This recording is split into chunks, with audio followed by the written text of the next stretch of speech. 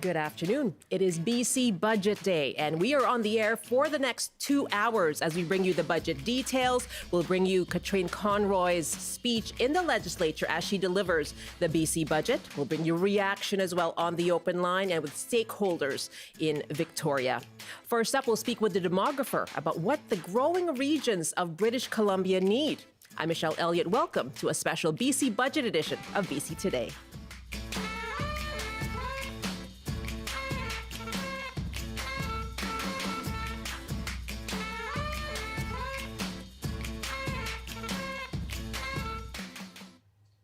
Thank you for joining us here on BC Today. We're on CBC Radio 1 Live, as well as on CBC Television and live streaming as well on cbc.ca/BC. On YouTube, just search for CBC Vancouver. You can also use the CBC Gem app, and we will be on the air for the next 2 hours for you. Lots of budget coverage coming up. Well, this week's throne speech earlier this week gave us some hints as to what the provincial NDP government plans to prioritize in the budget. Housing is a big one. The throne speech pledged more homes for first-time buyers, more rental units, and evictions protections for renters. We also heard from Housing Minister Ravi Kahlon, who said that a long-awaited flipping tax is coming. The speech also pledged support for small businesses, investments in healthcare, more doctors and nurses, and seniors care, as well as revamping mental health and addictions care. Well, as we wait for the budget to be released again in about an hour from now, we are asking you on the open line right now, what is your priority? And what are you looking for in this budget? What are the relief and supports that would help you and your family at this time of very high cost of living? You can call us 1-800-825-5950, 604-669-3733. You can hit pound 690 on your cell phone. You can also email us bctoday@cbc.ca or text us 236-330-2623. Now, BC saw record population growth last year. With that growth comes more pressure on housing, healthcare, and transportation. Just to begin with, well, Andrew Ramlow is a longtime demographer and now VP of Advisory Services with Rennie Group. This week, he gave a presentation to the Downtown Surrey Business Improvement Association. Andrew joins me now. Hello, good afternoon. Hi, Michelle. Thanks for having me on. Very good to have you on with us. I guess if you're going to talk about growth, Surrey would be one place to do it. Yeah, most certainly. The new projections from BC Statistics for municipalities throughout the province show Surrey actually hitting 1 million people by 2042 and actually taking over the city of Vancouver as the Lower Mainland's most populous municipality by 2029. Wow. I mean, and that's reflective. Of course, Surrey is an outlier or is ahead of the pack, but really we're seeing growth all throughout the province, aren't we? Yeah, most definitely. And I'd actually expand that a little bit even further to say that we're seeing growth nationally, driven in part by immigration, so permanent residents, but then also growth in non-permanent residents, which temporary foreign workers and the student population. Yes, and we've seen the federal government talk about that, obviously, with international students and a 2-year cap on limiting more international students coming in. So what, for BC, what does that growth imply? What are the challenges ahead because of it? Well, I'd like to frame it in both opportunities and challenges. Sure. BC Stats projection says or expects about 2.2 million more people to be in the province by 2042. So over the next 2 decades, which, relative to our history is very, very significant growth. Our projections are a little bit more conservative.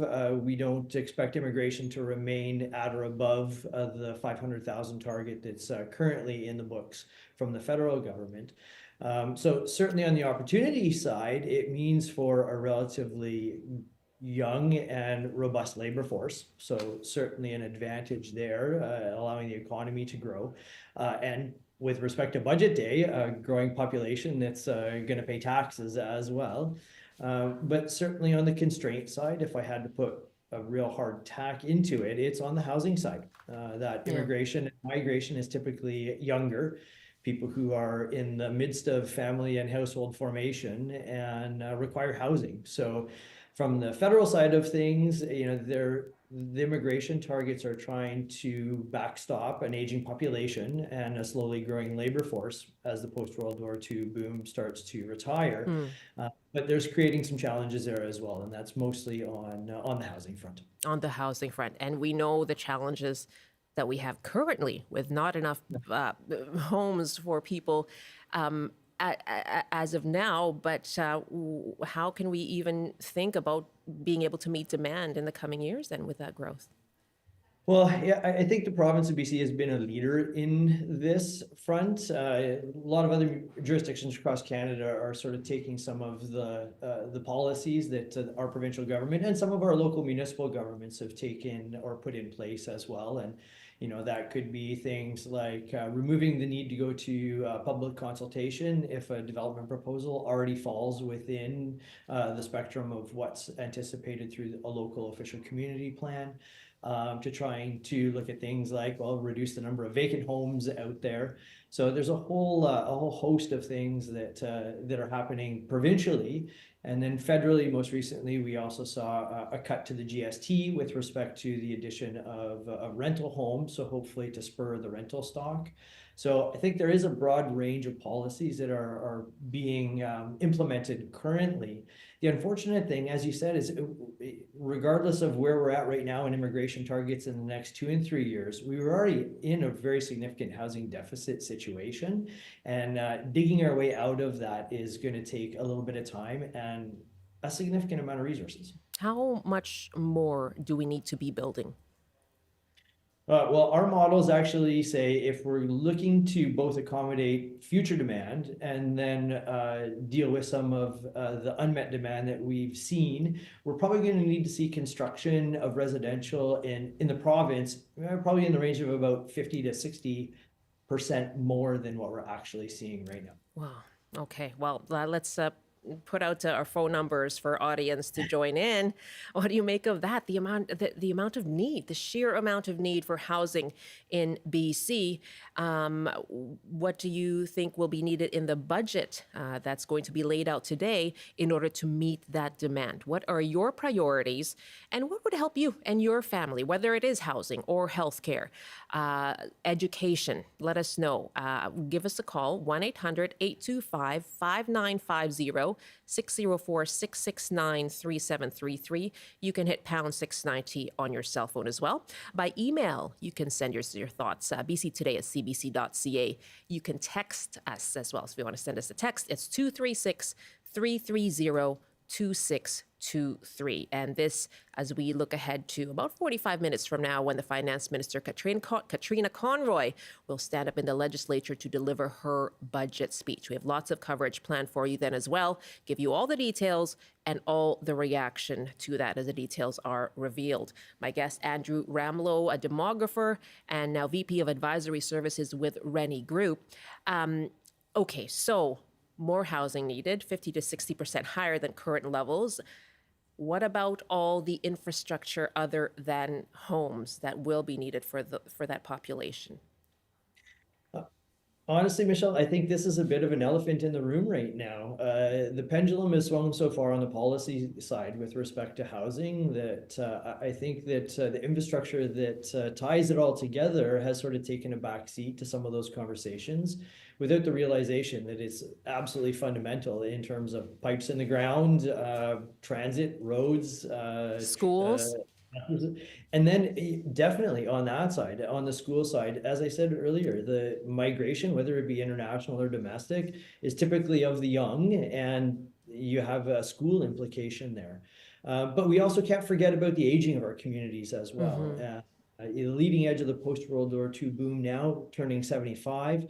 And that still being a relatively large component of most municipal populations is going to result in need on that side as well in terms of servicing that older population as well as the younger population. Yeah, we've certainly heard that as well from BC seniors advocates saying there is going to be a need for more home care. We heard an announcement last week from the federal and provincial governments on that, and trying to invest more in improving home care so people can age in place.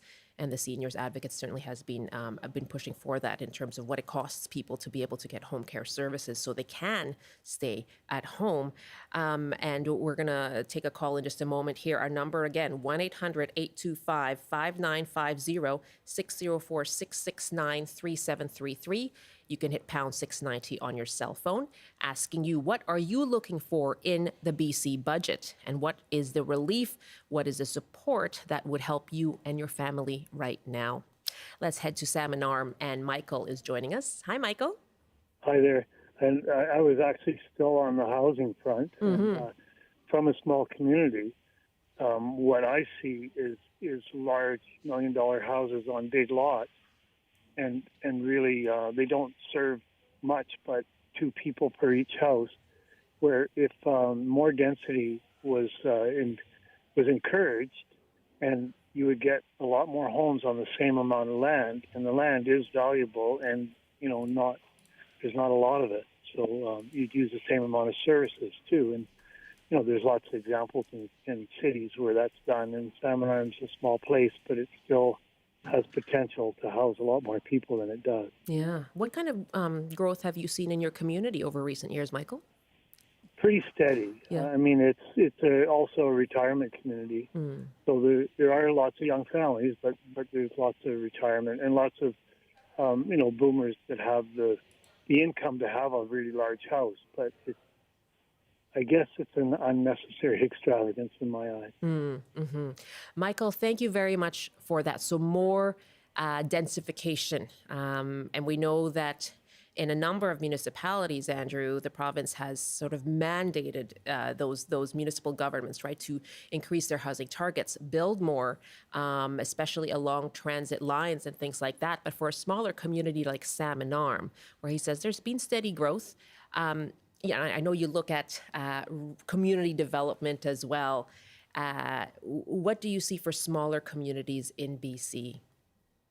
Well, interestingly, Michelle, the provincial government also adopted a new policy that essentially takes away what the notion of a traditional single-family zoning is, and now allows multiple number of units, depending on the size of the lot and location, up to 4. City of Vancouver did something very similar and went up to 6 units per single-family lot, again, depending on what the size and setbacks are. So even at the provincial level, they've recognized this and are trying to put some kind of policies in place to help some of those smaller communities densify in that context. Michael's context of big lots and one home on With those 2 large people, yeah. Yeah, exactly. And on those larger lots, we are now able to put upwards of 4 units, obviously depending on the local context within that. So the province has also recognized this, not just for the big metro regions, but for a lot of the smaller jurisdictions throughout the province. My guest, Andrew Ramelow, demographer, VP of Advisory Services with Rennie Group. It is 12:19, 1:18 in the Mountain Time Zone. You're with a special edition of BC Today. And on this budget day, stakeholders from around the province will be looking at how the BC budget will support their sectors. Isabel McKenzie is BC's seniors advocate, and he spoke this morning to Gloria Makarenko on the early edition. And here's what she said she would like to see in the budget.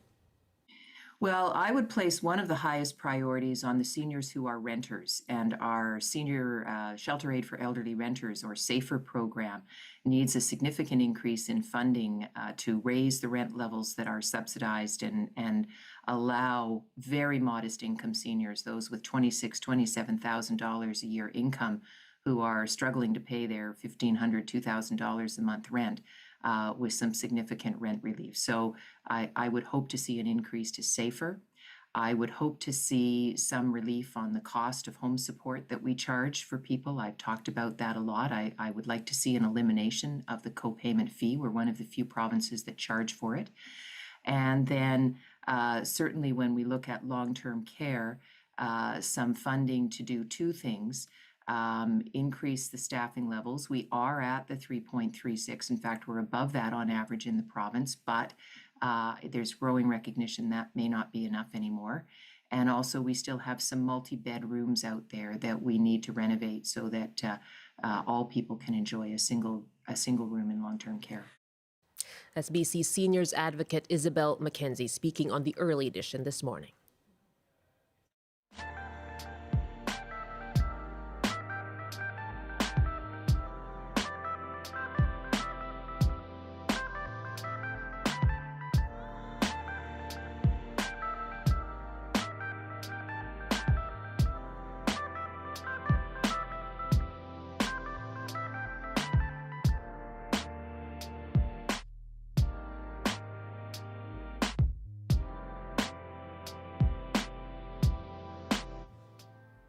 You're with BC Today. We are looking ahead to the BC budget. This is a special 2-hour edition of the program. In about 45 minutes from now, Finance Minister Katrine Conroy will deliver her budget speech in the legislature.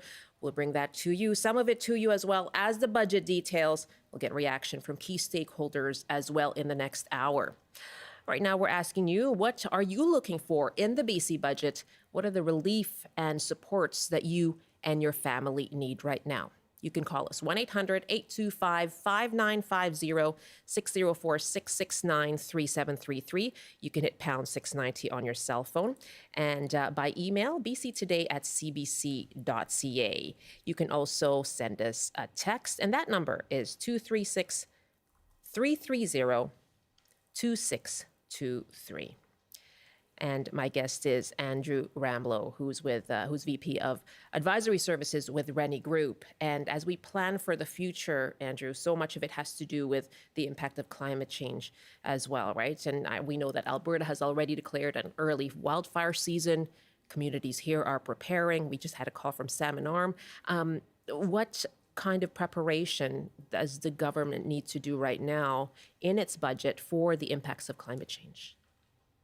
Oh, this is interesting, and certainly a growing population is going to have some pretty significant implications in terms of environmental impact. Where I think the provincial government can move on that, especially on the housing front, is to the greatest degree possible address how things are being built in terms of housing and its environmental sensitivity with respect to that. We also have to realize, though, the climate issue is fundamentally important to this, but we also have to do or recognize, I guess, that we are in a housing crisis as well. So those two things are certainly a careful balance that the provincial government and the federal government is going to have to play in the coming years. So yourself as a planner, we hear a lot from callers who will, call us and say there has to be more strategic planning when it comes to avoiding interface fires, where we develop, and how we come up against whether there's going to be, risk of flood, risk of fire. How can we distribute that development and that growth to prepare for climate change? Well, I think one of the most important things there is understanding what the impact of climate change is going to be, whether it be sea level rise or the interface for wildfires. The very first step there is to have some pretty good modeling and data in terms of what areas are going to be impacted. And then from a planning side of things, try and manage within and or around those to reduce any interface, whether it be with wildfire or flood risk or sea level rise. Yeah, and then we also talk about healthcare impacts of that as well. Let's just take a call here as we ask you, what are your priorities when it comes to the BC budget? What do you want to see? And what are the kinds of relief measures and supports that would help you and your family right now? We're taking your calls ahead of the budget being released in just over half an hour from now. 1-800-825-5950, 604-669-3733, pound 690 on your cell phone. And Bob is joining us from Nanaimo. Hi, Bob. Welcome. Hi, good afternoon. I wanted to speak to, I couldn't agree more. We need more housing and we need to figure out a more streamlined way to do it. In Nanaimo here, I own a small little home and had done a reno 2-3 years back. Well, the first was 7 years back. It was fairly arduous getting the permits through. I think permitting is one piece. The second one is for many years I worked as a carpenter, and when I came into the trades late 60s, early 70s, there were apprenticeships, there was strong unions. we had a strong middle class. And what I've seen is the deterioration over the decades through, different administrations. I mean, primarily we've had NDP and Liberals here in the province. Mm-hmm. I think they both could have done a lot. And I would like to see more seats available for trades, start to provide more full trades. I was trained as a general carpenter, which is you're trained in all aspects of carpentry. Over the decades, it's been broken down into segments, and so have the wages been broken down. Oh, is that right? So how do we provide housing for people that can afford it when a lot of the trades, a lot of the hospital workers, even the police and the fire, EMS workers are coming from outside the districts into work in Vancouver because it's not affordable anymore. So I think that the middle class built this province and the country, correct me if I'm mistaken, and I see that deterioration, that if we don't have a robust, strong, proactive middle class, then we end up with a whole bunch of have-nots and a very few haves, and that discrepancy gets bigger. Yeah. And I feel that, just finish with that, we give a lot of handouts in this province, and I am a big supporter of giving a hand up, not a handout, because when we give handouts, we provide and enable a whole demographic that no longer has any skin in the games. But if we give a person a hand up and have them participate as an equal or greater level than the people and the organizations helping them, I really see that this could go a long way. And I don't think we're doing anybody any favors. Okay. Handing out drugs, handing out money. I think there needs to be, people need to be productive. When you say handing out drugs, I mean, that's a whole discussion there. I think you're What we're speaking about today, but I'm just referring to in a bigger picture about that we need these supports, and I think that that we could be a way more productive province and start to help people get to work. Okay. Not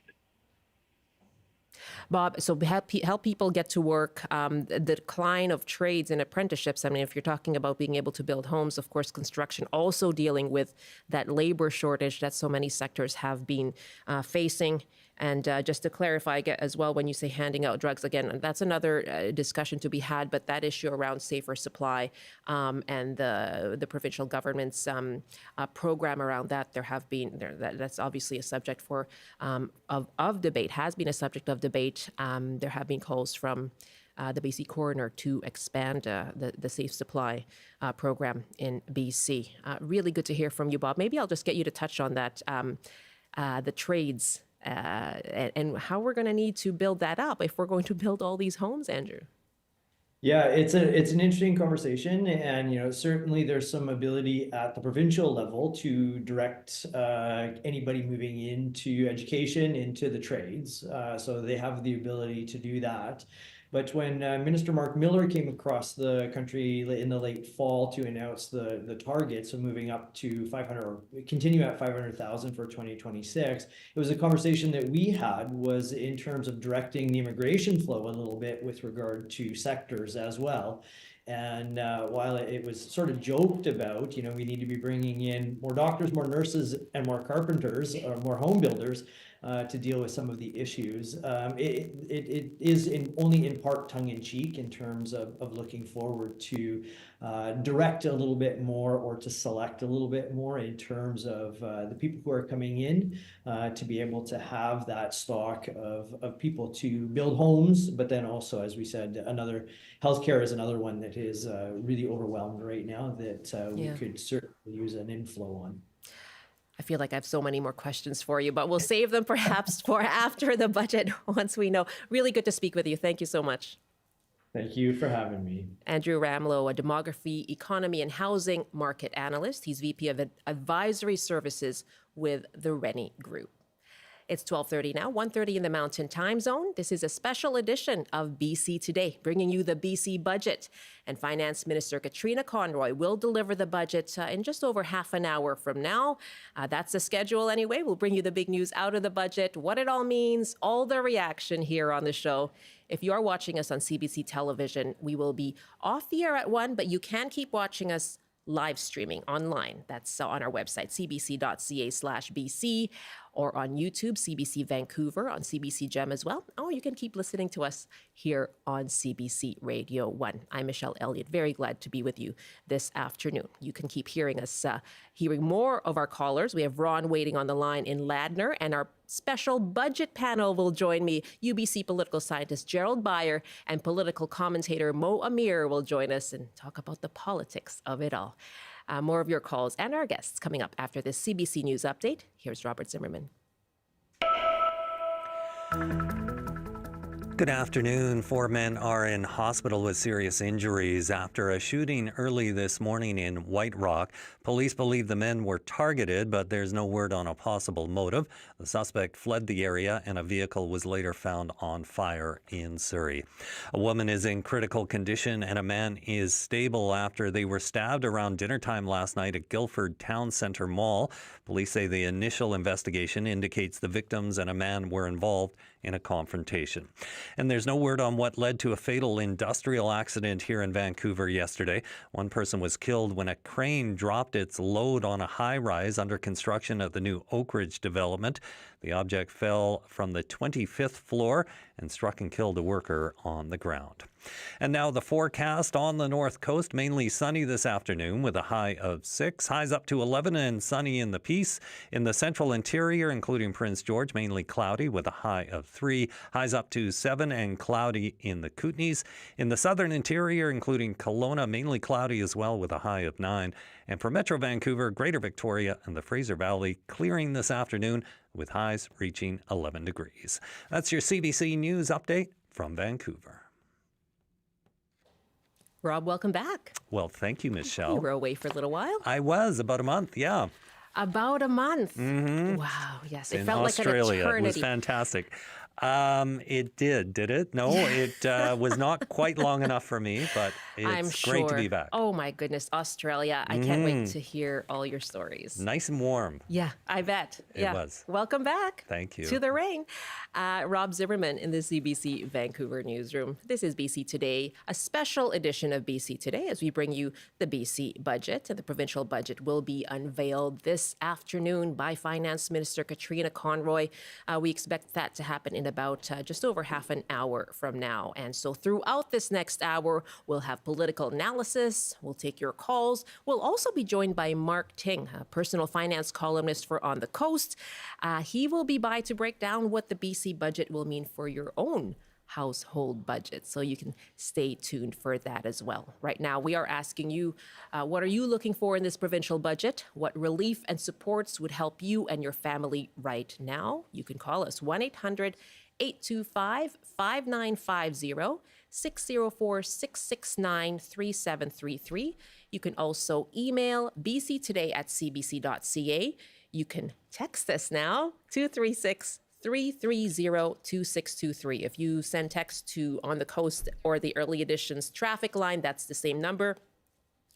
Again, 236-330-2623. Lots of ways to connect with us this afternoon. So before the budget is released, we're asking what you are looking for. And of course, once all the big details are handed out, we're going to take your reaction on the open line. This is BC Today.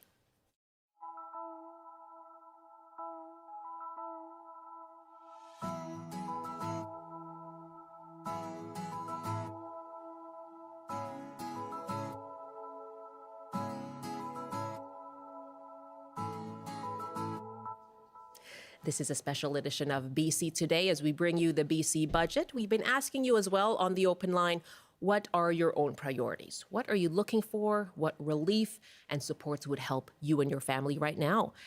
And we have a lot of emails. Mona wrote, I'm really hoping the e-bike rebate program will have more funding as it was really popular. Yeah, I remember that. I heard the few million went quickly, so it needs to have more funding every year. Okay, specific point there. Thank you, Mona.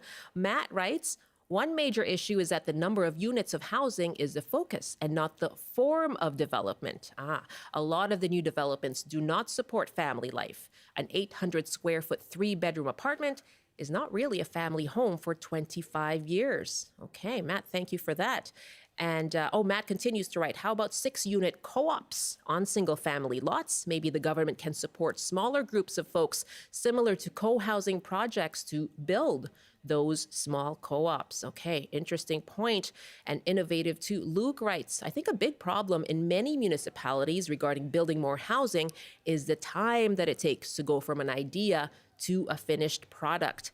Between council hearings and revisions, permit approval, and actual construction, the bottleneck is at the beginning of the process. There needs to be more people power put into fast-tracking the early stage so that developers are not wasting so much time doing revisions that go back for council approval and hearings countless times. We can have an idea today to put 1,000 units in a municipality, but that will take at least 5 years to be near completion. By then, the growth of the area has increased far more than what has been built.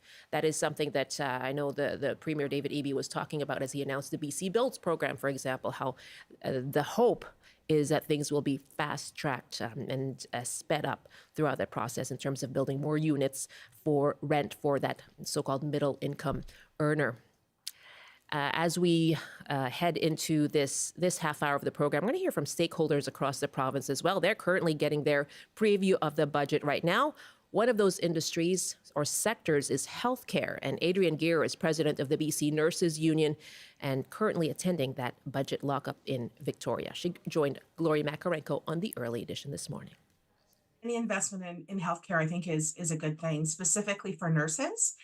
We remain in a situation where we have unprecedented vacancies, which really complicates providing care to the patients in this province. And so any investment that would recruit nurses, but we also need to focus on retaining the nurses we have in the system and also returning nurses that have left healthcare just due to the current working conditions. The overall situation for healthcare professionals, we've had conversations pre-COVID, during COVID, and now that we're, more or less in the post-COVID stage. How would you describe it? Well, I would say that, the working conditions are very poor. And as in your introductions, access to healthcare for patients is a real challenge. And so, certainly we've come through COVID, but I wouldn't say that COVID actually caused the situation that we're at. It's really been caused due to lack of investment years ago, previous governments. And so this is certainly a situation that there's, I think, lots of responsibility that can be taken by all parties, and it's going to take us a while to dig ourselves out of this. And so, what we really want to focus on is retaining the nurses we have. We want to see a further investment in supporting internationally educated nurses to become credentialed. And we really need to see a scale up of domestically training licensed practical nurses, registered nurses, and registered psychiatric nurses in this province. And so certainly hoping to see investments in those areas. Adrienne Gear is president of the BC Nurses Union.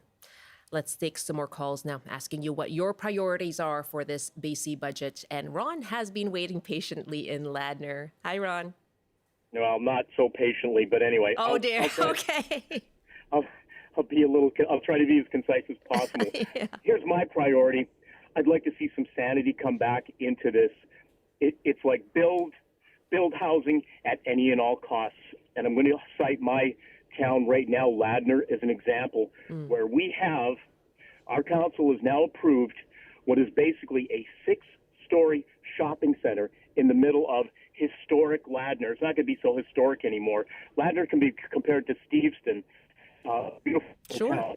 And here's part of the problem. They are building this massive project, adding somewhere between 1,500 to 2,000 vehicles to Ladner, we've got 3 lanes going in and out. There is no possible way for our infrastructure to be improved or built. To meet to meet any of this. Yeah. It's already almost untenable. And we have this Achieving for Delta Council, led by George Harvey and Dylan Kruger, who on the you know, on the heritage aspect of things, Ron. Are there protections, for these heritage sites, for things that really are protected? apparently not.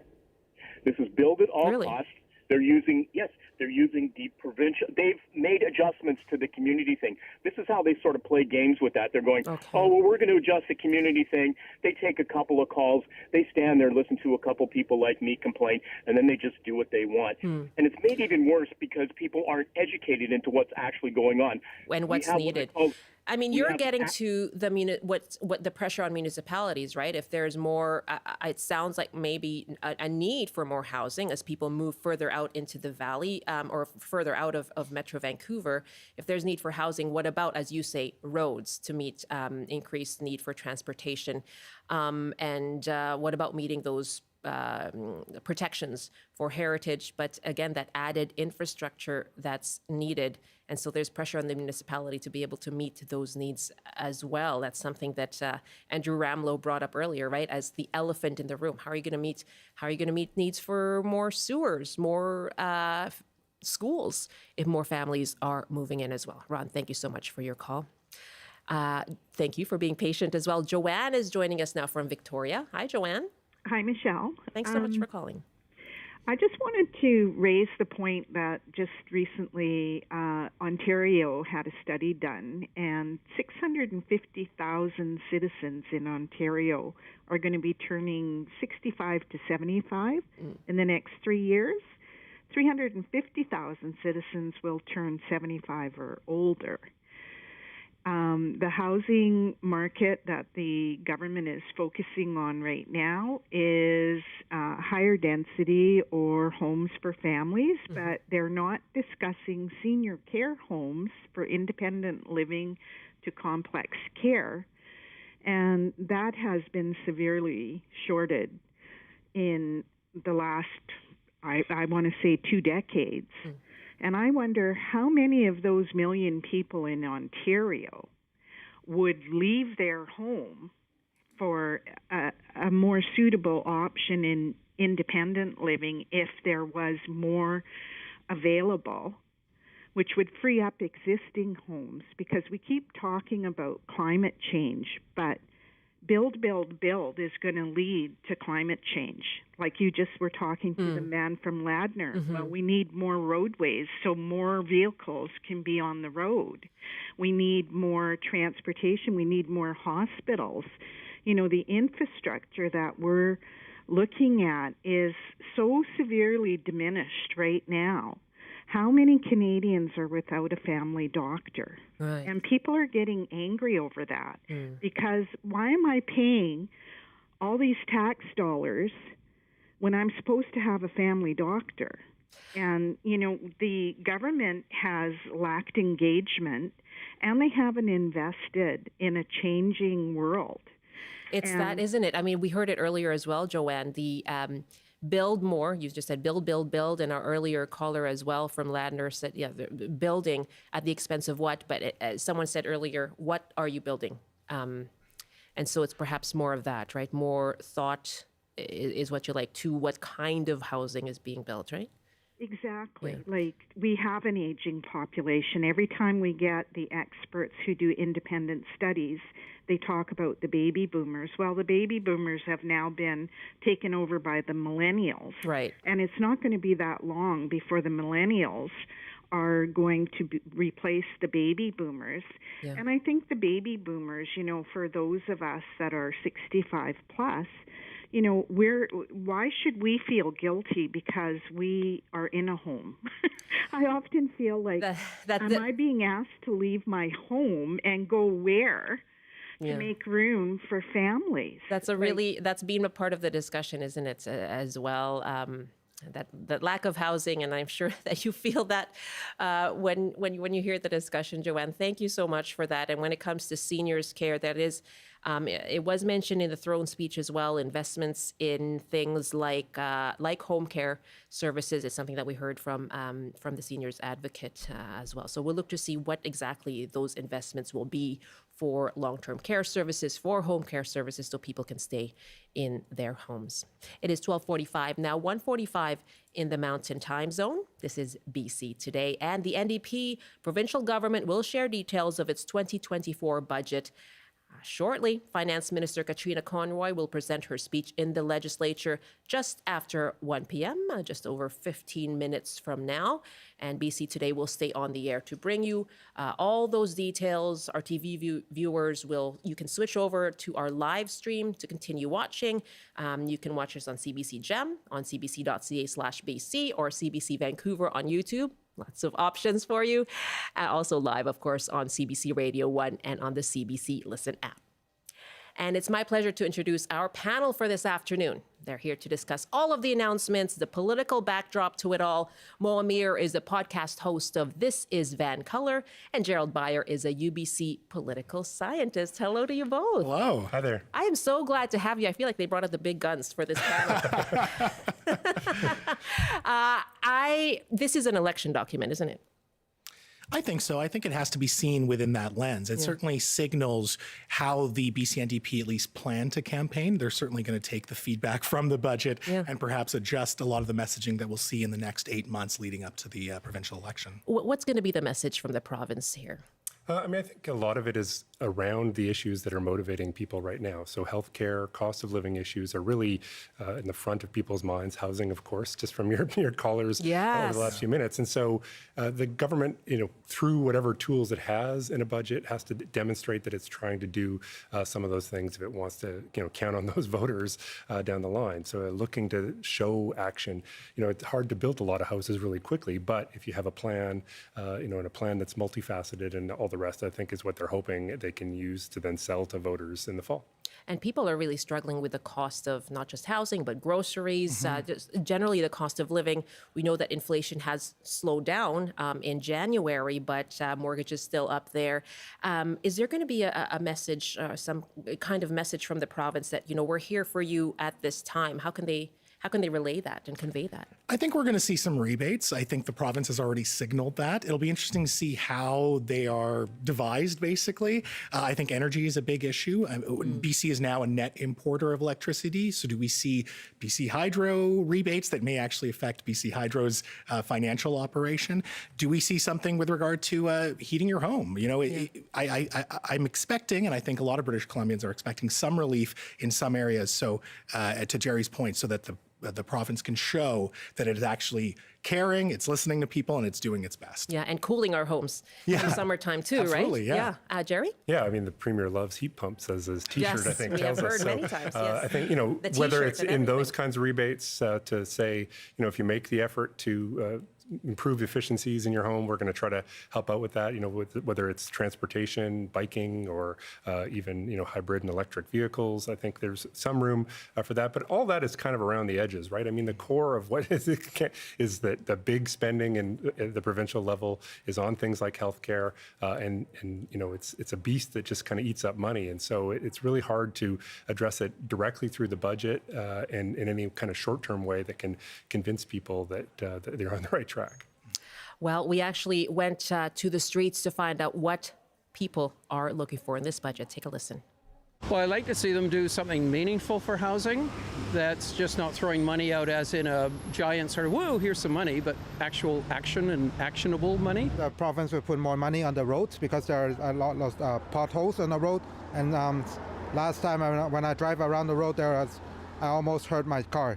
Housing, homeless, children that can't be fed, and basically they're the three things I think need to be done. Well, definitely with housing, people aren't getting what they need. People do not have what they need, and I'd like to see help for them. I don't think Loblaws needs to make the profits that it makes, so if there can be some legislation put in place to maybe cap earnings for C-level executives, that would be one way. Totally reforming the whole healthcare system, top to bottom, because it doesn't make sense to keep having our federal government keep bringing people into the country, but we don't have the infrastructure. and it's just terrible for a lot of folks. Mental health and addictions, I think they need to actually invest in that as well. It's very important. Nowadays a lot of people are struggling. Just be nice to see more affordable childcare options and for it not to be so difficult to find a spot for your kids. A little bit more on the public transport. I think it could afford to have slightly more frequent bus routes in the cities and maybe even extended train hours. What I'd love to see is money to the hospitals. We need it. People need it. The hospital medical is they're all on their knees, and I just want to say I think everybody needs to hear that money needs to be spent on hospitals and healthcare and medical doctors. Some people on the streets of Vancouver sharing what they would like to see: childcare, mental health, as you heard there, hospitals, as well as capping C-level executives' earnings. We heard about the middle class earlier, right? I mean, are these things? Will people be happy with what they see if this is what they are? Well, these people are anyway looking for. If you're asking if one budget is going to fix all these issues, I'm sorry to report that's probably not going to happen. But I think what we are going to see is hopefully the government addressing a lot of these issues, and again, trying to convince people that they are pointed in the right direction. I'm sure we will see investments in healthcare. I'm sure we will see at least repeated housing policy that's already been rolled out. But I do want to address one thing. I think one thing that we shouldn't forget is that this province is still in a public health emergency with regard to the toxic drug supply crisis. This is something that I feel has not been talked about in the lead up to this budget. And I do hope that we see some substantive action and substantive investments put towards that crisis, because it's going on 8 years now. And frankly, I do think it's unacceptable. Okay, what haven't we been talking about enough? Well, the funny thing is, as a child of the 90s, growing up in times of real fiscal constraint, people used to talk about budgets as times to really crack down and set up. There was not a single person on the street who said, I'm worried about government spending too much. Certainly the Vancouver Board of Trade and others have signaled this, that they're worried about the size of government spending. But when you're talking to people on the street and regular voters right now, there is no, there's not much patience for the idea that governments need to be cutting back. There's looking for continued investments in all those areas that we're hearing about. And that can be kind of a double-edged sword. This is a government that's ready to make that kind of spending, but at the same time, can it satisfy everybody in all of those places? Because there is a limit to how much money they are able to come up with, even if they are deficit spending. How sustainable is it? And I know that the finance minister was saying, this is not the time to be cutting spending right now. So we'll look to see what she delivers on that front. And in terms of spending by the BC government over this next year. Now, affordability, just one of the issues we're going to be hearing about when the budget is presented, just over a few 10 minutes or so from now. But our CBC reporters are actually inside the lockup right now, getting all the details. So we're going to hear from them throughout the program as the details start coming out. But this morning, on his way into that lockup, our Chad Pawson outlined what the government is focusing on. I'm in Victoria at the Convention Center, about to go into a massive ballroom where we're going to sit at a table with a huge stack of paper that is the government's budget, their numbers for how they're going to spend taxpayer dollars for the year ahead. This tells us what is their priority. Now, the government is sitting on about $100 billion in debt, but we have learned they're not going to make moves to try and reduce that. They're going to keep spending because they want to help residents with the cost of living in BC. They want to spend on housing. We're looking for rebates in this budget for residents, maybe relief for small businesses who have been struggling to stay afloat since the pandemic. The government has already telegraphed that it's going to be a very busy legislative session. Some 20 bills they're going to be looking at over the course of this session to help people afford life in this province. We get a sneak preview now for the next few hours. Around 1:30, the finance minister will rise in the legislature to present her budget. That's when it'll become public, and we'll have a flurry of activity with all these news stories coming out about it. And we'll be there bringing that information to you as it comes. Chad Pawson, CBC News, Victoria. That is Chad Pawson, who is right now, no cell phone, nothing. He's in the lockup, no communication, incommunicado right now. But we will connect with him, of course, once that is lifted. I'm joined by Moamir and Gerald Byer here, our panel for this afternoon, as we bring you this special BC budget edition of BC Today. We're asking you as well what your own priorities are. And Christine is joining us from Vancouver. Hi, Christine. Hi there. I would like to just see actually just some extra money for groceries, as we had the rebate before. So maybe a few times a year, if we could just be helped in that way, as a senior on a fixed income. And I think there are a lot of seniors that would appreciate that. Christine, thank you so much. Thank you very much. I mean, you've touched on something that really has been weighing on so many people, grocery rebates. I think that's an interesting one. I don't know if the province will really roll out anything with regard to groceries or anything at the grocery store. Again, I expect something with regard to ICBC, perhaps BC Hydro, things that are in their direct control and that make sense. Maybe we'll see another renter's rebate, maybe. Again, groceries, that issue seems to be a lot more federal right now, and certainly the intention there is from a federal level. The discussion with the grocery stores and the big companies there. Gerald Byer. Yeah, I mean, I think also this is not a government that's likely to be giving kind of across the board money. Remember Ralph Bucks in Alberta a decade or more ago, $400 for every person in the province to try to alleviate some of those. I think, this is a government that wants to be smart in the way it spends that kind of money. And so it will want to target it. It will want to target it in the areas it has jurisdiction to do so. So through Hydro, through ICBC, to say, we're making it easier. You're going to have to spend that other money on groceries. But maybe something for seniors that would be a possibility. But that's the kind of model they'd be taking. They don't like the idea of Instagramming $400 shoes that people buy because they have the access to it. They don't want those kind of visuals. No, for sure. yeah, that's changed, hasn't it? That part of the culture. Mm-hmm. That was a really heartfelt call. Thank you so much for that, Christine in Vancouver.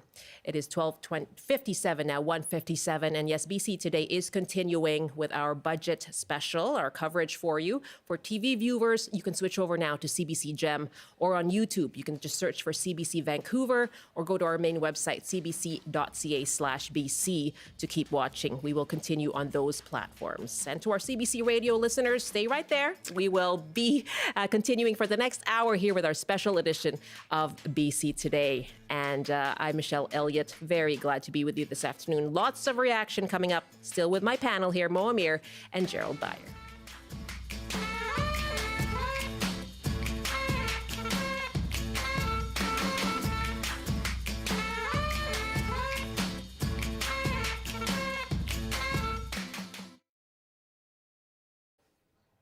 This is an extended edition of BC Today. We are staying on the air for the next hour, expecting BC's Finance Minister Katrine Conroy to present her budget speech in the legislature just in the next few minutes. And we do have a line to the Legislative Assembly right now. We'll keep an eye on that and bring her speech to you as soon as she begins. Now, yesterday, she offered some insight into what the budget will include. Take a look here. Budget 2024 will help people with costs of everyday life and help people find the housing that they can afford. It will also strengthen and protect healthcare in this province. And Budget 2024 will build a stronger, cleaner economy with opportunities for everyone right across the province. We will not cut services, and instead we will continue to invest in people in this province. That was BC's Finance Minister Katrine Conroy speaking yesterday. And we are expecting her to stand in the legislature to present the provincial budget in just a few moments from now. Let's take some calls as we ask you what your priorities are just ahead of that budget revelation and tabling. Deborah is joining us from Vancouver. Hi, Deborah. Hi, how are you? I am well. I understand you're a family doctor. Yeah, I am a family doctor in Vancouver. Okay, so in demand, I'm sure. What are your concerns around the budget and what you'd like it to focus on? Yeah, so when I'm looking at the budget and the province's dedication to building more housing, I'm thinking about the health effects of climate change. When we're building new homes, we need to ensure that our homes are built to protect people from the changing climate. And since I'm a family doctor, I see how climate change is affecting my patients. So we've had heat domes and wildfires that are affecting those who are most vulnerable, including our seniors and those with multiple health conditions. Absolutely. And I had more than one patient who was affected by the wildfires and heat domes in 2021. And of course, we've had more extreme weather events affecting our health every year since. So I think we need to be building low and medium income housing that's well insulated and built to passive home standards, combined with using heat pumps that are powered by wind, water, and solar energy and not fossil gas that can both heat and cool homes so those who are most vulnerable are protected from extreme weather events.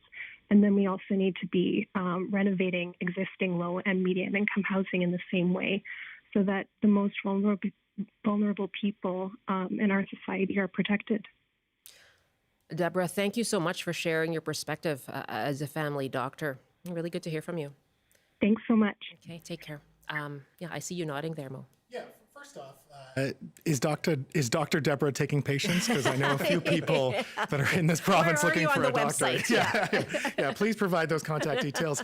I think when it comes to climate change, what we are going to see is a lot of focus on climate change adaptation. We already saw an announcement on the Barrowtown pump in the Sumas Prairie.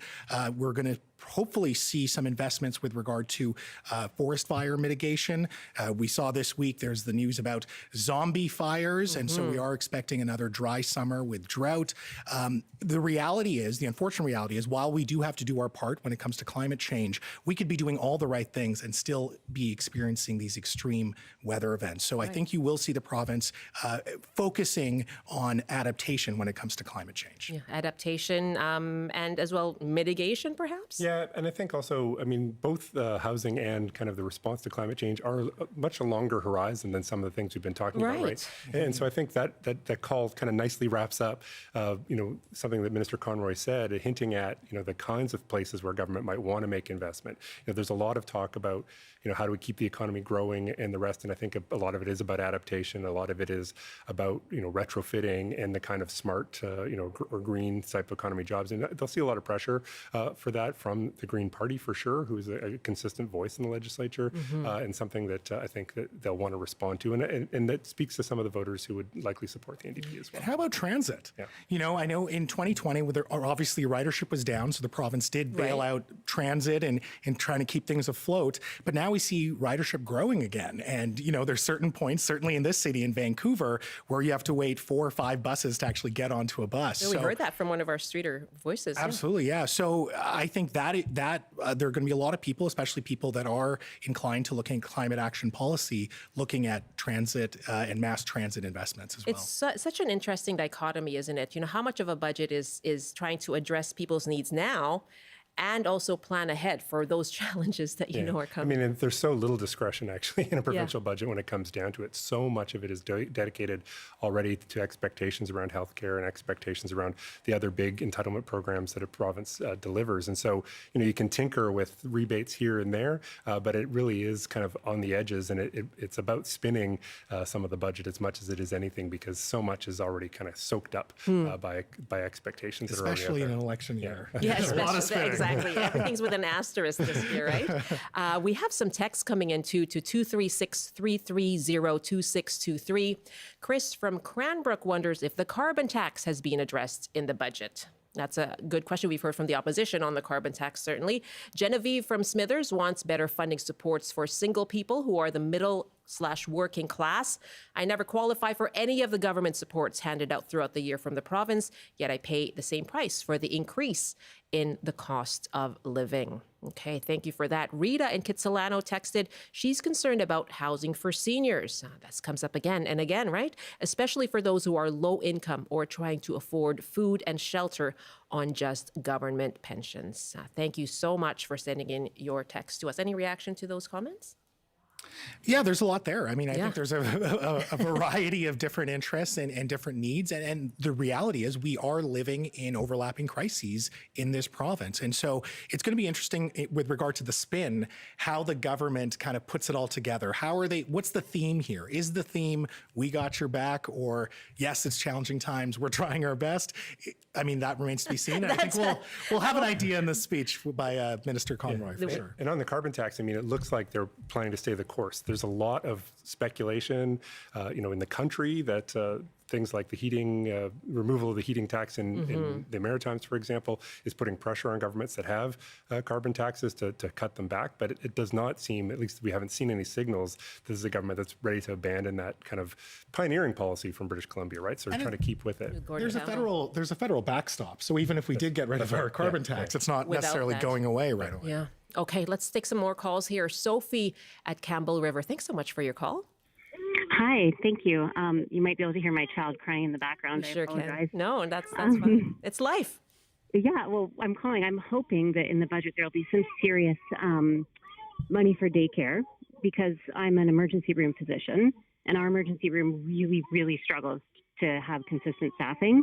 And I actually quit my job today because I cannot get daycare of any kind. Like, I can't get licensed daycare, I can't get private daycare.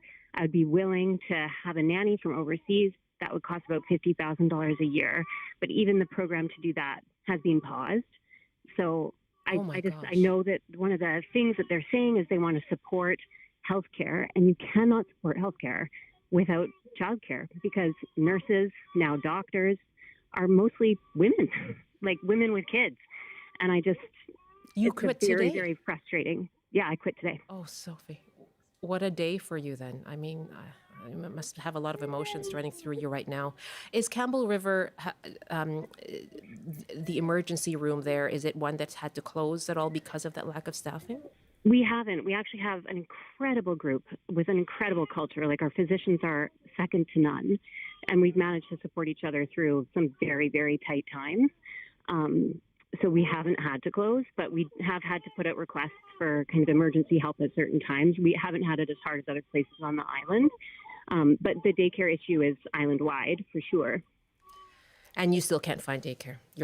No, the wait lists are like 3 years, most of them. Oh my, what are you going to do now, Sophie? I'm going to be a stay-at-home mom with 10 years of training. Okay. Sophie, all the best to you. Thank you for raising that. That's Sophie at Campbell River, who just quit her job as an ER physician today. Finance Minister Katrine Conroy is now delivering the provincial budget. Let's take you there live to Victoria. People feel today. And it's a budget that brings more opportunities within reach for hardworking people. Because whether you live in a city, a town, a rural or First Nations community, many of us share a common hope for our future and that of our children and grandchildren. We all want to work hard and get ahead. Everyone wants a decent home in the community they love, and we all need access to quality health care, including a family doctor. Budget 2024 delivers on these priorities while continuing to build an economy that works better for everyone. There's a lot of work ahead of us, but we are starting from a place of strength. BC is a great place to live, where people can put down roots and raise a family. We've got good opportunities today and the resources we need to succeed in the future. And wherever you call home, there is incredible natural beauty at our doorstep. For me, the Kootenays are home. It's where I've worked. As the first woman at the local pulp mill, as an instructor for early childhood education at Selkirk College, as an executive director of a nonprofit, and as where I breed cattle on my farm. The Kootenays are where we chose to raise our family, and it's a place where I proudly live today as a Minister of Finance. And while I can't say I'm the very first finance minister from rural BC, I can say it's been a while. Our government has shown that we can put people first and build a strong economy. Some said this wasn't possible. They argued that increasing the minimum wage would hurt job numbers. BC now has the highest minimum wage of any province and some of the strongest self-employment growth in Canada.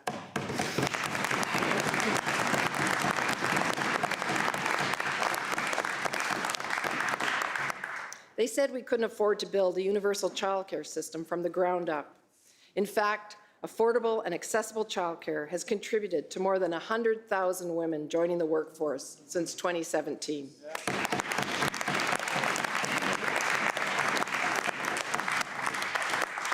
They said we couldn't fight climate change while growing BC's natural resource sector. And yet, emissions are down and projects like the Cedar LNG facility are moving forward.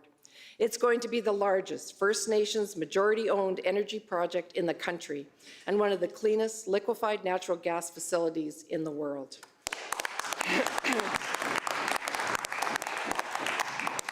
These are just a few examples, Mr. Speaker, of the action our government is taking to make life better for people right around the province. Now, I do want to recognize the times we find ourselves in. BC is an economic leader in Canada, but too many people are still struggling to get ahead. Global inflation and high interest rates have made everything from housing to groceries more costly. And with a slower global economy, we are feeling the effects here in British Columbia. At the end of the day, people have a lot on their minds right now, and they're feeling stretched. My family is no exception. We often get together for small family dinners, and by small I mean about 35 of us. And as a granny to 9 grandchildren and many more grandnieces and nephews, I hear from their parents how access to affordable childcare was life-changing.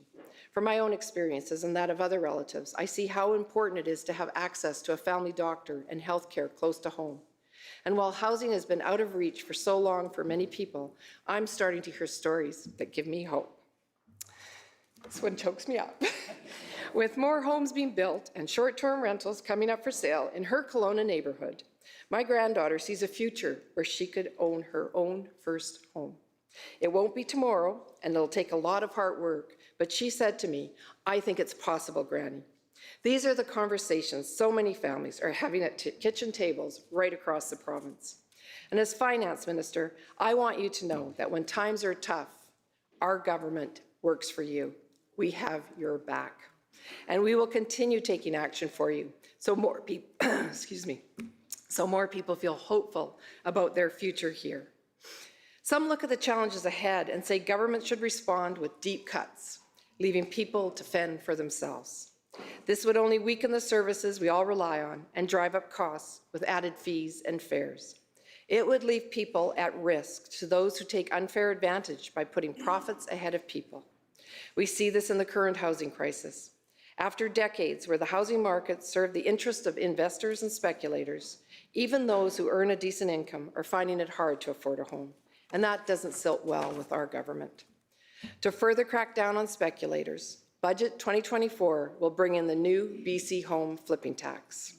To those who just want to make a quick buck by flipping homes, things are about to get more difficult. If a home is sold within 2 years of purchase, the profit will be taxed. And the revenue will go right back into building middle-class homes for people.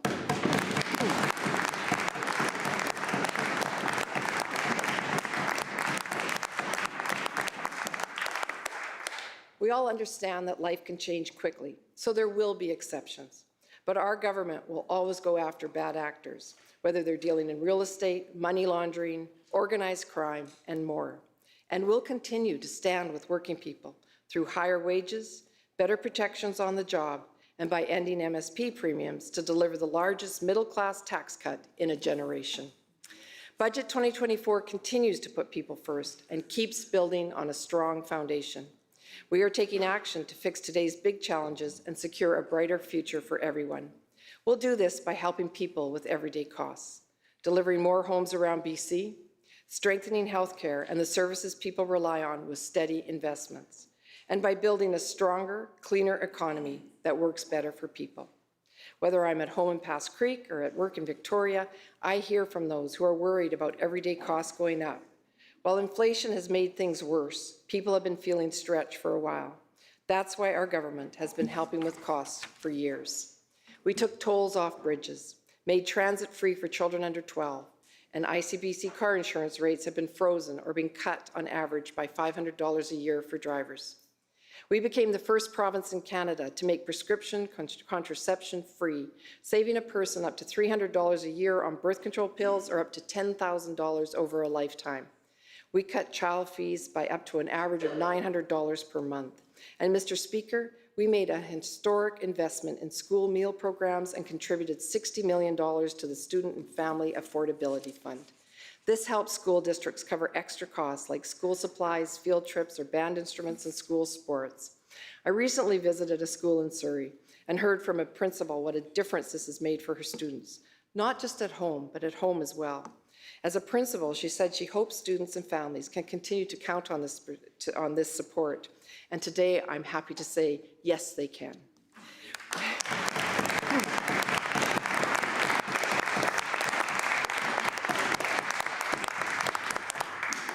We will be replenishing the Student and Family Affordability Fund with more details to come soon. Our government has long been focused on reducing costs for education so people can get the training they need to land a better paying job. I think of Tara, who completed a bachelor's degree with plans for a master's program. As a former youth in care, she was able to do this for free in British Columbia. Tara will be the first in her family to graduate from university, and as she describes it, the one to break a generational cycle. A little extra money can make life easier, and it can bring your dreams a little closer. We know there's more to do. In an expensive world, Budget 2024 takes targeted action to keep more money in your pocket. A new BC electricity affordability credit will save seniors, families, and individuals an average of $100 on their household bills over the next year. And the average small businesses will save around $400 over the year. The credits will appear on bills from April to next March. Mr. Speaker, many families will already be familiar with the BC Family Benefit. And now, starting in July, more parents will receive more money as we launch bonus payments for 1 year. The BC Family Benefit bonus will add 25% to the benefit and go to about 340,000 families.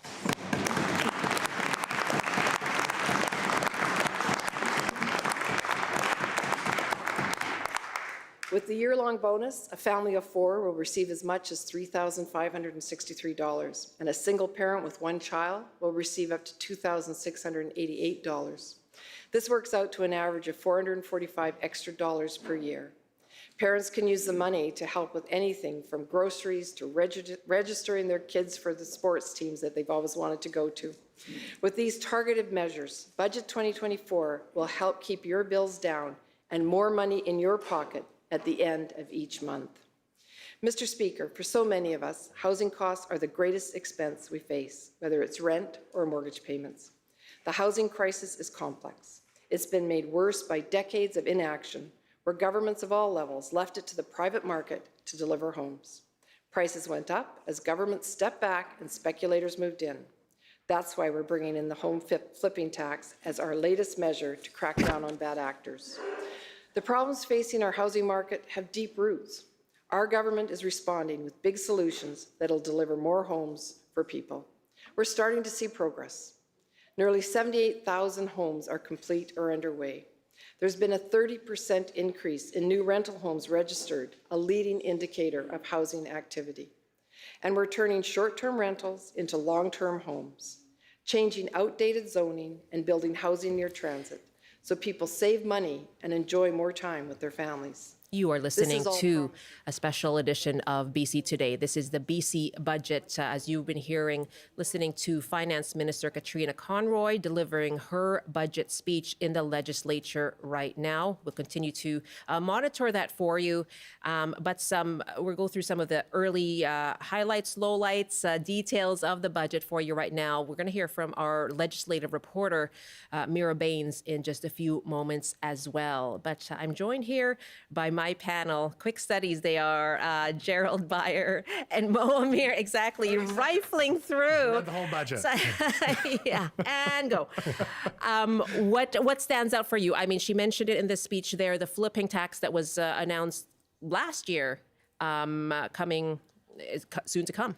Yeah, I love that. I think it's a great idea. I was a little confused by Minister Conroy talking with some optimism about being able to purchase your first home. I don't know many folks that are optimistic about that. And in fact, I know several folks that actually moved out of province for that very reason. I know that they are increasing the threshold for the first-time home buyers, which actually does fuel demand in a sense. That seems to undercut the BC United proposal to also increase that threshold. But with regard to the flipping tax, I think that's great. The reality is what makes housing expensive in this province is the value of land. And in addition to building housing to accommodate everyone, we do need to have policy that also starts to dampen the incentives for investors to profit off of land without actually building more supply or having people live on that land. On the demand side, so much of their announcements have been on building, right, on supply. And so this flipping tax coming January 1st, 2025, on profit made on selling a home within 2 years of buying it. What do you make of that, dampening that demand? Yeah, I think it could slow things down a little bit. But again, a lot of it is caught up in land value. And so I think we hear over and over again, supply is kind of the key. And, a lot of what's stopping that is the same kinds of things that the government has been targeting. I mean, at the municipal level, slow approvals. We're now seeing kind of model houses from Canada Mortgage and Housing Corporation to kind of speed up the permitting process. Right. All those kinds of things could potentially happen, but that all has a ripple effect as well. So, do you have the sewage infrastructure? Do you have the road infrastructure? Do you have the transit infrastructure to deal with all of it? And so it's it's an unbelievable challenge, a wicked problem, as they like to say. You add one thing, and you're gonna have to add others. Yeah. So I think there's an effort here, and it's an effort. It's a symbolic effort in part to say, everyone's got a story about somebody on their block who made a lot of money real quick and flipped it over. That's going to be harder to do now. It puts the rule out there, and the loophole comes in 6 months when they figure out how to do it. But it is certainly something that is a symbolic move. Symbolic, Mo? The flipping tax? Yeah. It could be. It's very possible that it's a symbolic move, but it could also clamp down on, Jerry and I just selling the same house to each other and then selling it to you at a very inflated price 2 years later, right? Okay, between selling homes and getting a family doctor, this is a big day for you. We're doing great. Okay, so before we go over to Mira Baines, who's waiting in Victoria, let's go through something else. Anything else stick out for you? They're trying to get at that cost of living dilemma, the problem that so many British Columbians have, aren't they? There's a BC Hydro rebate in here somewhere, right? Yeah. Energy affordability credit. I'm seeing a BC United criticism here saying that it's an election year bribe. An increase in the family allowance that it has been, again, as I said at the outset, there will be some targeted money. And I think, there's income thresholds for that. And I think that's the kind of thing that they can say they're trying to help the people who need it the most. And that's, a pretty substantial increase, 25%, maybe in real dollars. It doesn't add up to, much more than a couple carts at Costco, but it is the kind of thing that is a genuine commitment. Sure. That's a lot. Costco, you get a lot in that cart at Costco. We're joined now by the CBC's Mira Baines, who was inside this morning's lockup, and she joins us with all the details of the budget. Good afternoon, Mira. Good afternoon. Thanks very much. So you've come out of the lockup there. The economy has slowed. This is, though, a pre-election budget. So the finance minister has said no cuts to services. Now is not the time. For you, what are the big takeaways here?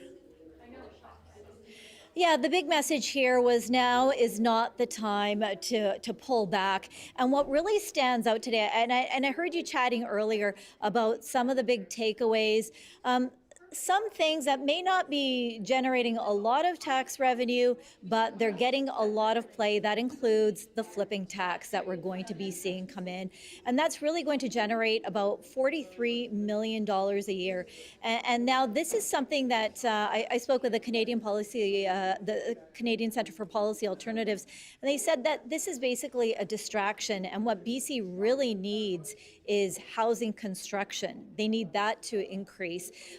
So one of the takeaways from this budget is that there is going to be a flipping tax that's going to be introduced. So that's pretty significant. Basically, the government's position is that this is going to make homes more affordable by ending land speculation. And so the other big thing that we've noticed in this budget is that the province will be offering to cover one cycle of in vitro fertilization, or IVF. And so they'll be spending about $34 million a year starting next year in April, once to implement that. But before that, they will be convening an expert panel to sort of discuss the mechanics of how that's going to work. We know that other provinces do cover in vitro fertilization, and some of those provinces have age limits, 43, 41. Ontario and Quebec has a program. So it will be interesting to take a look at how those things sort of play out in the coming months. But there is a lot of spending, and we are going to go into the red. And a lot of people have been looking at how big this deficit could possibly get. Right now, the updated deficit is $5.9 billion, and that's set to increase, or projected to increase, to $7.9 billion in 2025-2026. So a lot of money being spent, and I know that BC United did criticize this government for how they're spending that money as well. And we are going to hear at some point in the afternoon from BC United leader Kevin Falcon, as well as the finance critic Peter Milubar there. And what about, we were just talking about rebates, things to help people with the cost of living. What's in this budget for that? Well, there is one big one, and that's an increase to the BC Family Benefit, and that is a 25% bonus, and that means about $445 more a year. And so that's for this next year coming up. And so families who are eligible will be able to get access to that funding. So families generally get about $2,800 to $3,500 a year under that. So this is a 25% bonus on that BC Family Benefit. And so about $445 more in their pockets. And the other thing we're going to see is a one-time electricity affordability credit. And I heard one of your panelists talking about that, and that's going to be starting this year in April.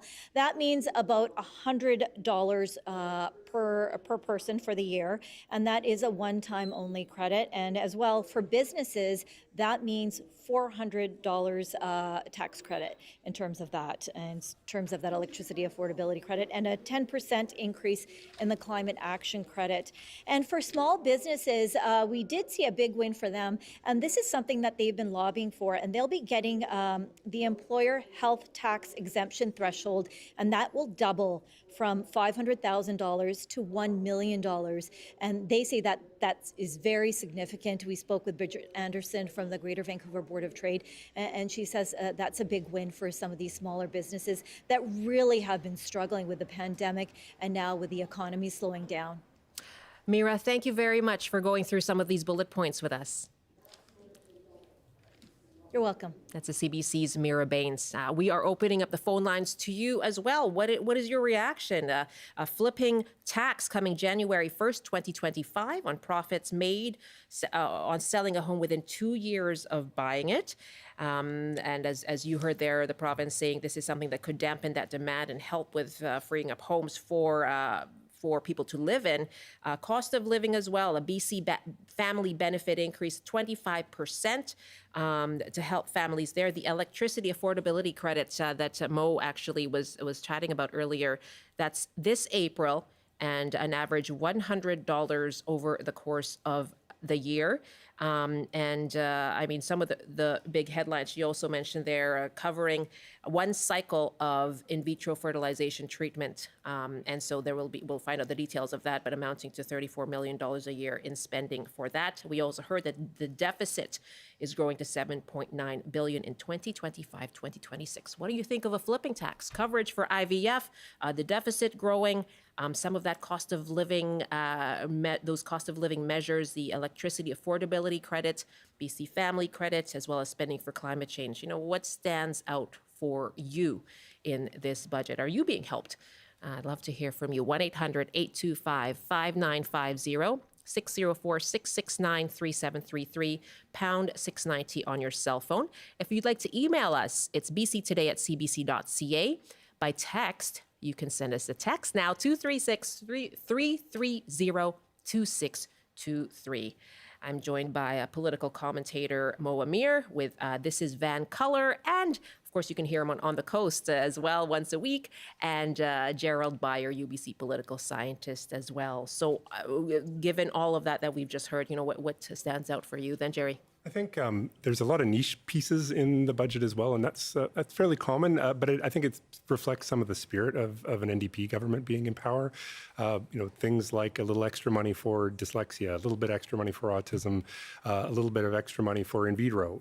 These kinds of things that are, sometimes fairly articulate and loud interests that can put some pressure on government. But they're responding to it. They're saying they're ready to put a little bit of money behind it. The macro things are bigger. It's about the the deficit. It's about the billions of dollars that they want to spend on infrastructure development to deal with housing, to deal with healthcare and the rest.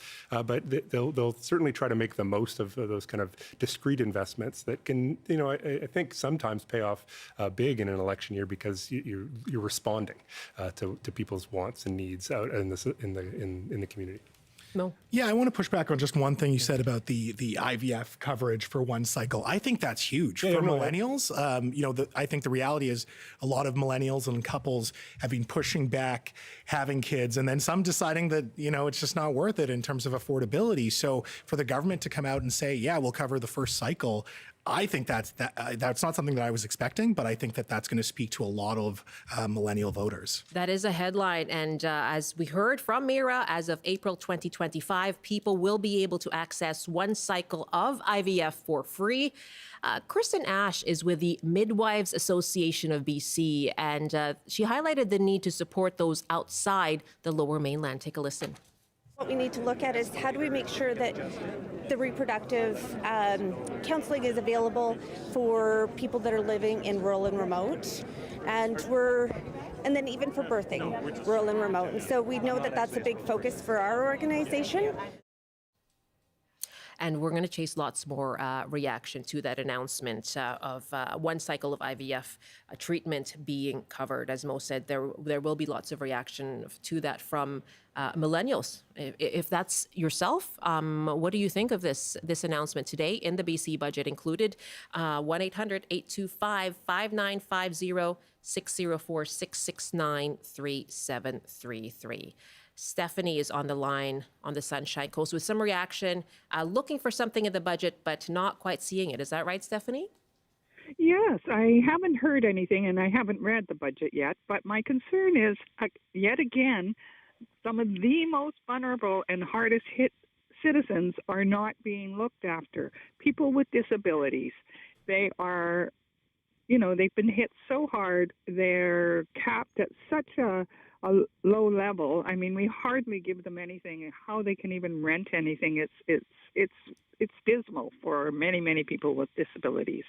Can you tell us? I haven't heard anything about that. Yeah. And in concerning with housing, they keep talking about affordable housing, but what about social housing and accessible housing for people that really need it? We just heard from someone the other day on this program calling in saying it's so difficult to find a wheelchair accessible home for his mother.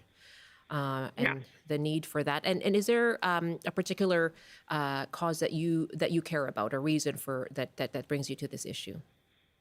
Oh, well, my own daughter has a disability. I know many people that have disability, and, the provincial, what they give them is about $1,300 to $1,400 a month that they are to live on, and they're supposed to find accommodation. You're seeing more and more people with disabilities and developmental disabilities living in SROs, and now they're ending up on the streets and in cars, and that is just not right. And in terms of accessible housing, not just something that has a ramp, but something that accesses, bus routes, shopping nearby, so we don't need housing outside of the core service. Truly accessible. Yeah. Stephanie, thank you so much. Accessible. Yeah. All the best to you, okay? Okay. Take care. Yes, people with disabilities and that the PWD payments, we've long heard a call for increases to that, right? Mm-hmm. First off, Stephanie, don't worry, I haven't read the budget either, but I'm still here. No. But Stephanie brings up some incredible points. I mean, we do have sort of a list of what's been highlighted here, and she's right. There's not really anything there. The only thing that I'm seeing here is new funding for $30 million for kids with dyslexia and learning challenges, additional funding, $26 million for autism diagnosis, and $105 million for people with developmental disabilities and their families. But again, with regard to actually living and housing, not seeing a lot of support at least from the synthesis that we have in front of us. Yeah, and the way that inflation and increased housing costs, sort of eat into those kinds of pretty static payments that come from the province, I think is a real concern. Those are not kind of keeping up with inflation, much less some of the other parts of the costs of living that have increased. So if you're dealing with subsidies or payments that are locked in at 2015 levels or something, that's really such a negative gain over that time, and all the rest of us sort of feel it and try to accommodate, but that can be really demoralizing and challenging for folks. Stephanie, thank you very much for your call, highlighting what she sees as lacking in so far what she's heard on the BC budget, when it comes to support for people with disabilities. It's 12:34, 1:34 in the Mountain Time Zone. Let's go back to one of the other headlines coming out of the budget today, and that is this flipping tax coming next January on profit made on selling a home within 2 years of buying it. Well, on issues of housing, let's go back to Victoria now and bring in the founder of Generation Squeeze, a professor at UBC School of Population and Public Health, Paul Kershaw. Paul, good afternoon. Thanks for joining us from there. My pleasure. It's been fun to be in the lockup and to join you now. Yes, well, very good to have you. What's jumping out at you right now? Well, I actually think that if you're a family raising young kids or a young adult in British Columbia, this budget has a lot to, I think, make you optimistic. There's some wrinkles that we could talk about, but I haven't seen a provincial government commit in language before to really make sure that we're budgeting fairly for young and old alike. And let me just summarize that quickly. Like when I would come and look at the budgets for Christy Clark when she was premier, I would see that she was growing spending on citizens over 65 about 3 times faster, about 300% faster than for younger folks. Today's budget still grows spending faster on older residents, but only 50% faster. And what that signals is that Premier Eby is really bringing in an orientation, sort of finding a better balance between new investments for our aging family members who we love, but also the kids and grandchildren for whom they want to leave a proud legacy. And I think that is something to celebrate. What specifically do you think is something that gives optimism to that generation? Well, this budget will make clear to us that in 2023, home prices didn't rise in the province. If you think about what's crushing younger Canadians, especially in our province, it is home prices that earnings behind. Now, there's no single policy that contributes to that. But, there was a time in our province when the provincial government's orientation was like, let's have housing values rise because that builds people's equity. Well, it built equity for me. I have an extra $1.5 million in my home prior to when I bought it. But for people who are younger than me, who are working just as hard as me, just as smart as me, they're getting locked out of homeownership and now increasingly rent. And so I think a broader orientation about making BC work for all generations can be seen in a range of places. We do have more money for childcare, so it's no longer another rent or mortgage-sized payment. We've got, a better balance in investing in education, post-secondary. I am worried about 2 things. We have already in BC the largest number of doctors per capita of any province in the country, and yet on top of that today, I saw the provincial government made the single largest investment in medical care that I've ever seen. Now, I know it's a public priority to have good medical care, but I work in the Faculty of Medicine, and the health science is clear. Health doesn't start with medical care. It starts where we're born, grow, live, work, and age, and when we can't have affordable child care or affordable homes or reduce poverty or a stable climate, that's what causes us to be injured or fall sick or die early. What about the need for more family doctors, though? That's something that we've been hearing about, right? Increasing the number of family doctors. When you go to a Taylor Swift concert, you desperately want to get into the seat. It's not that Taylor Swift is playing in small stadiums. It's that there's a really long line of people queuing up to buy a ticket. So it is in British Columbia. We have the most family physicians of any province in the country. We need to start asking, why is the line of patients so darn long? And that partly relates to the fact that in the past, we haven't invested in the building blocks for a healthy society as much. The childcare, the poverty reduction, the housing affordability, and a stable climate. The root causes there. And let's go back to the flipping tax, because this is going to be one of the headlines from this budget. What do you make of it, this measure?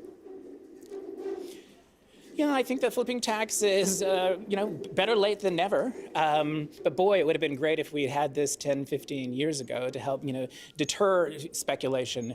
It'll have a positive signal going forward. I think, though, that in the moment when we see that this provincial government, and this doesn't work for all generations, is tabling a very large deficit, a deficit that's now larger than it was during the pandemic when we'd shut down the economy. Those unpaid bills are being left for younger and future generations. And it's one thing to say that we're going to try and tap into people who are gaining wealth through the housing system going forward. But we need to recognize that people like me, I wasn't an investor or a speculator, but nevertheless, my home has gone up in value. And I think we need to ask people like me to be contributing more to the medical care that the aging population wants, to the deeply affordable housing everybody else needs. Paul, thank you so much. And to making sure we don't have a big deficit. Well, there Pleasure. is. Have a great day. That is one of the headlines as well. Good to have you. That's Paul Kershaw, professor at UBC School of Population and Public Health. Our phone lines are open to you as well. Does this budget give you and your family the supports that you need? 1-800-825-5950, 604-669-3733, pound 690 on your cell phone. Let's stick with those housing measures announced that he's just talked about as well. Right now, we're joined by Tony Joventu. He's the executive director of the Condominium Homeowners Association of BC. Good afternoon. Oh, good afternoon. Kind of some interesting news, isn't it? It is interesting. What's most interesting for you? I think the flipping tax, when you marry that with other initiatives that the government has taken over the past few years, so we do have some real issues with respect to the number of short-term accommodations in buildings that have taken away from the rental pools. That is an overwhelming problem for the province. And so the flipping tax itself, I think, is going to help to slow down the investor kind of panic that goes around units. The reduction of the number of short-term accommodations that can be available, I think that's also going to have a positive impact. The value of property, though, in British Columbia, it really became quite an investor's market. And, you know, we have a lot of other things occurring that are going to impact housing affordability. One of the other items that's occurring is the electrification and the climate action steps that everybody's taken. Electric planning reports just got introduced for the province, and the electric planning reports are going to require pretty much every strata corporation of 5 units or more to have an evaluation of their electrical capacity and their future needs. This is going to add more cost to strata corporations, but it's necessary as we move forward and we start planning for the changes as people start putting in heat pumps and converting over from gas furnaces, and we have more EV charging, and we have hot water generated by heat pumps, and the demands on that across the province are going to increase. So, you know, we have. Do you see that addressed here? Do you, no, we're not tracking it right now, are we? No, we're not. We don't see it addressed. It may get addressed, we hope, in future budgets, but it's going to be a cost directly out of the pockets of all of the strata communities across the province. And half of the people in the province live in a strata community. So it's, you know, it's a significant impact. So, you know, I think that electrification for buildings and climate action is a significant impact. And we didn't really see anything in the budget that reflects that. Okay. And on the flipping tax, what impact would that have on your members? Well, at this point, it may or may not have a deterrent to investors going in and basically buying up large bulks of units and then basically holding them for short-term accommodations and flipping them. That is one of the issues that we've seen over the past few years. And that has contributed to accelerated values and costs of property. Another thing that is there, and it's prevalent though, and you know, everybody seems reluctant to talk about it, but if you're dealing with a windup of a strata corporation, it's old enough that there's lower density, there's an opportunity to sell it and to move on to another, you know, to a developer. When you're dealing with that, one of the issues we have with our municipalities is they're imposing extremely high community amenity charges. Okay. And it's essentially a valuation lift in the property value, and that just gets tacked on and passed on to the consumers. Right. And so, you know, so for a single piece of property, depending on the size of the property and the development, these additional community amenity charges are in the tens of millions of dollars. And it's a huge layering on top of affordability for housing. You've gone through, you know, a lot of those added costs and how they contribute to the cost of a condo. Here we have, you know, promises to build more for rent and that kind of thing, but as well this flipping tax aimed at, as you said, you know, dampening down that demand. Is that going to be a positive then for condominium homeowners? And for people who want to be first-time buyers, as we've heard about. Sorry. Yeah, really couldn't say. I think time will tell. I think one of the things that's missing in this budget, again, hopefully for the future, but I think one of the things that's really missing is how we can keep people sustained and maintained in their homes, how we can keep their homes accessible, how we can keep, longevity and being able to stay in your home is important to seniors as well as families. And those are really critical issues as well. Does this address that at all? No, it just doesn't come up in this budget at all. Okay, my panelist Mo Amir here of This Is Vancouver. You have a question for Tony? Well, not a question. It seems like in the budget there is support for seniors living so that they can actually stay in their own homes longer. I don't have any more details on that, but there does seem to be a mention on that last point that was just made. And that is something that we heard about as well last week, right? Investments in home care, for example, so that people can stay in their homes. And so overall, Tony, are you happy with this budget or no? I don't know that anybody could say one way or the other, happy or not. BC Housing had an outstanding program that helped people do upgrades to their homes. Seniors, in whether they were strata or co-ops or social housing, to help people stay in their homes. Restitution of a program like that is what we really need to get people to stay in their homes, and affordability for them to stay in their homes. But the difficulty of our real estate industry in British Columbia is it really became an investor haven, and we're having to transform out of that over time. Okay. Tony, good to connect with you. Thank you so much. Thank you. Tony Joventu, Executive Director of the Condominium Homeowners Association. So sort of saying time will tell to see what the impact of this flipping tax will be. I think one thing that we could speculate on is taking away some of the incentive to flip. Takes away those investor lineups, when the homes are released, and actually is harder for developers to sort of pre-sell a whole condo tower. But some of that human capacity, that building capacity, can be shifted into some of the other projects that are going on. I mean, one of the big challenges for infrastructure development in the province, you want to build a new community center, you put it at one price, and 6 months later, it's already up 20% on that. Yeah. So taking a little bit of the heat out of the competition for drywallers and plumbers and electricians, and the rest might help to do some of that public infrastructure work, a little bit closer to the budgeted amounts, rather than always having to shrink the size of the ice rink and all the rest that comes along with big projects once they start getting on the ground. Again, I think we have to look at this budget through an election year lens. The flipping tax, the Airbnb restrictions, these are political winners. Whether they have the substantive impacts that we all want, these are political winners. I think it is foolish for any opposition party to really go against them, because the reality is people are so frustrated when it comes to housing. They want punitive measures. They want people who they feel have unfairly profited from this housing crisis to be punished, or at least to be stopped. Speaking of the opposition, BC United leader Kevin Falcon is speaking right now. Let's go live. And I have to tell you that this is the worst example of reckless spending that I have ever seen in a government budget, full stop.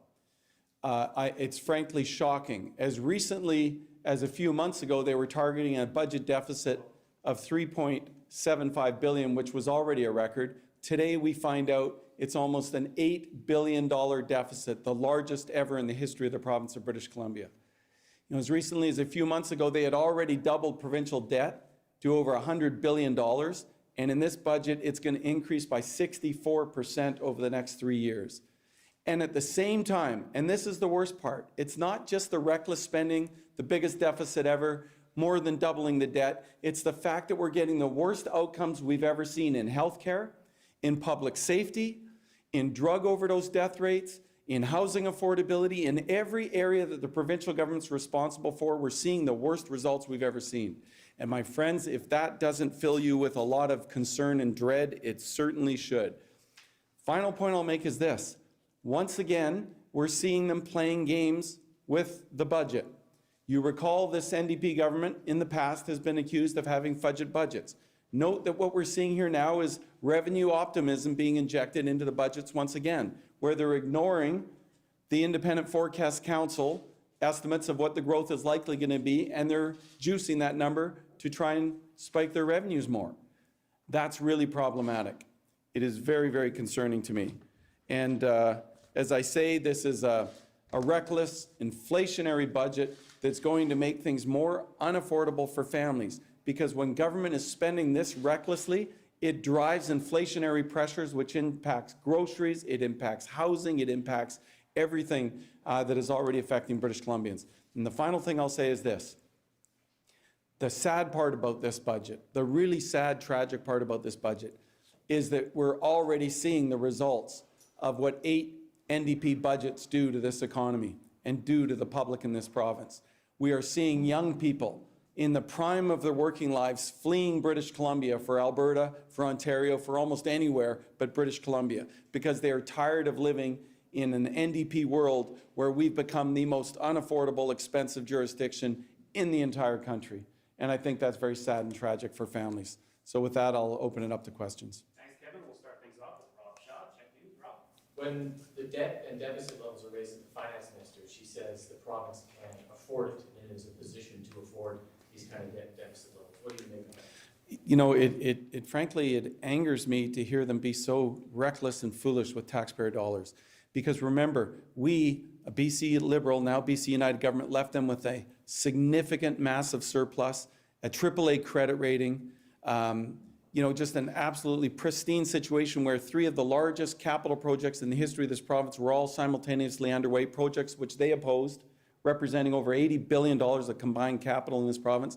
They've frankly blown all that away and left us weaker. Almost certainly we're going to see credit rating downgrades as a result of the total irresponsibility of this budget. And as I say, and the most upsetting part to me is the fact that they're doing it at the same time we're seeing the worst outcomes we've ever seen. Just yesterday, we saw that once again, British Columbia has the longest wait times of all walk-in healthcare clinics in the country.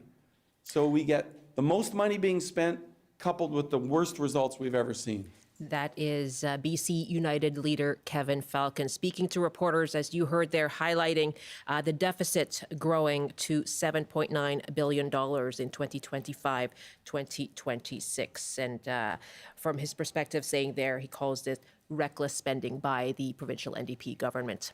Let's go back to the Victoria Conference Centre now. And Jasroop Gosal is the policy manager for the Surrey Board of Trade and joins us now. Hello, good afternoon. Good afternoon. And thanks for joining us. What do you see or not see in this budget for businesses in Surrey? Well, we are pleased with the EHT threshold increasing to the employer $1 health million. tax. That's right, and that is going to provide some respite for businesses. However, we didn't see fiscal responsibility. We saw debt and deficit increasing substantially as compared to the previous budget. And we also didn't see any measures for tax reform, which we have been calling for at the Surrey Board of Trade. And when it comes to the growth, the sheer growth that Surrey has been facing, fastest in the province, what kind of infrastructure needs are there that need to be met? And do you see that in this budget? Well, we were pleased that SFU's medical center was part of the budget, as well as the Surrey-Langley SkyTrain project and the Fraser Tunnel project. However, we didn't see any funding for new transit projects. The BRT was not mentioned in the budget. We didn't see anything for Surrey schools, infrastructure for building more schools, as our population is set to overtake the city of Vancouver's quite soon. We need to ensure that all levels of government are prioritizing Surrey and investing in our infrastructure. Jasroop Gosal, thank you very much for joining us. Thank you. Jasroop Gosal, the policy manager for the Surrey Board of Trade. Mo Amir with me and Gerald Beyer as well. You heard there from Mr. Gosal as well as from Kevin Falcon, focusing on the deficit and the spending by this province in this budget. I think Kevin Falcon makes some great points regarding the deficits and the looming deficits. That's something that eventually does have to get paid. I just don't think British Columbians care that much at this point when you're struggling to pay rent, when you're struggling to find childcare, when your kids might be in school portables. It's just not a political winner at this point. So I don't know if the focus should be there. And then it's weird for a party that wants tax cuts, which add to the deficit, not explaining how they would actually balance the two. I just want to add on to the last speaker there, things that we're missing that we brought up. Education, where are the capital investments? Where are hiring new teachers? From Surrey too, yeah. Toxic drug crisis, we didn't see anything on that so far. We were also promised renter protections. Again, maybe there's some rules and regulations coming, but certainly nothing in this budget that I've seen. And again, with regard to affordability, I feel like tax cuts would be pretty nice for certain income brackets, and it doesn't seem like we're seeing much of that. We're just seeing these rebates. Jerry, I want to ask you on the projected deficit, something that Kevin Falcon also hammered in was for all the spending, what are the results? Right. And he's saying there's a big gap there. Yeah, and I think, it's partly anecdotal. People are leaving the province, going elsewhere, or not feeling they're getting it. We certainly everyone's got a story about wait times in emergency rooms or walk-in clinics and the rest, and I think that will resonate. But, when we think about the overall political picture of a budget like this and the election season that we're heading into, I think there's a real paradox that, the right is in many ways split in the province right now, and it's kind of a tight competition for that vote on the right of center. And this government has every sort of path to walk into a majority in the fall, yet getting some, failing grades on some of the things like healthcare and housing affordability and the rest. I'm not sure, as Mo has pointed out, that some of those things are going to stick as criticisms of this government. There's a lot of expectations, and spending a lot of money. But people still want to spend more because everyone's feeling the heat from increased costs and from increased needs. And so even though revenues are down in some areas, demands are really high. And so this is a government that's trying to respond to that. And that'll keep it above water, I think, going into the election. One of the other headlines from this budget is BC will pay for one round of in vitro fertilization starting 2025. The province has earmarked $34 million a year for the program. We actually have a call from Suzette on Pender Island about this. Hi, Suzette. Welcome. Hi there. What's your reaction to this announcement? Oh my goodness, it's so exciting. I'm like, yeah, it's I'm almost in tears. You sound excited, almost at a loss for words, almost in tears. Why is that? With the way that housing has been so expensive, I have voted to have housing for me and my partner and his kids instead of having kids. Wow. It's been one or the other. So this is a really amazing opportunity. Choosing between housing and having a child. Yeah. Oh, my goodness. Well, thank you very much for giving us a call and sharing your personal story, okay? Take care. All the best. That's Suzette at Pender Island. With more on this now, we're joined by Ayendri Riddell with the BC Health Coalition. Good afternoon. Thanks so much for being with us. Ayendri, Thank you for having me. Your reaction to this announcement of a free round of IVF. Why should the BC government invest in this? It's a great surprise announcement of one cycle of IVF, including medicine, starting April 2025. And it's a step in the right direction and removing an important barrier to reproductive health. It will impact many families who, I think many of us know people who have had to struggle with this, and a financial barrier will shift a lot of people's ability to access this type of essential care. Okay, and what about other elements of healthcare then? What stands out for you in this budget? I think we saw a lot of healthcare investment overall, which is great. We've seen a lot of increases, but I applaud the investments in capital builds around hospitals, but we really need to see that type of investment in the parts of the healthcare system that are usually undervalued. We need to see that type of investment in primary care. It would have been great to see a commitment to community health centers and the global funding models that would allow team-based care and social services that so many people need access to. Good to speak with you. Thank you for your time.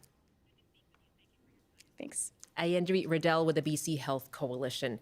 We have a couple of minutes left here in our coverage of the BC budget. And Mo, any final thoughts from you before I go to Jerry? In terms of final thoughts, yeah, I mean, there is a lot of spending here. I think we should acknowledge that it is quite a large budget. It's ambitious in some regards. I think the IVF announcement is one of the surprising and really interesting policy planks. Great to see a flipping tax. But again, overall, I think what this does is on a political lens, it gives us a signal in terms of what to expect on the campaign trail. What will the NDP be campaigning on? What's the vision that they're going to try to sell British Columbians? Final thought from you, Jerry Byer. Not any increases in revenue, not big tax additions, right? So that's something that if people are feeling the pinch on all other parts of their life, it's not going to add up. And BC is a very low tax jurisdiction relative to a lot of others in the country. Provinces, apart from our neighbor who does not have a sales tax and the rest, but we're not seeing an increase in that sales tax, not seeing an increase in the MSP premium type taxes. We're not seeing those where in years past, we might have seen that in a time when there was a lot more demand for programs and services. Boy, it's been really great to have you both. Thank you so much. Thank you. Thanks, Michelle. Mo Amir of This Is Vancouver and Gerald Byer, political science at UBC. That is it for our special edition of BC Today. Lots more coverage throughout the afternoon on CBC Radio, tonight on CBC Television. I'm Michelle Eliot. Thanks for joining us.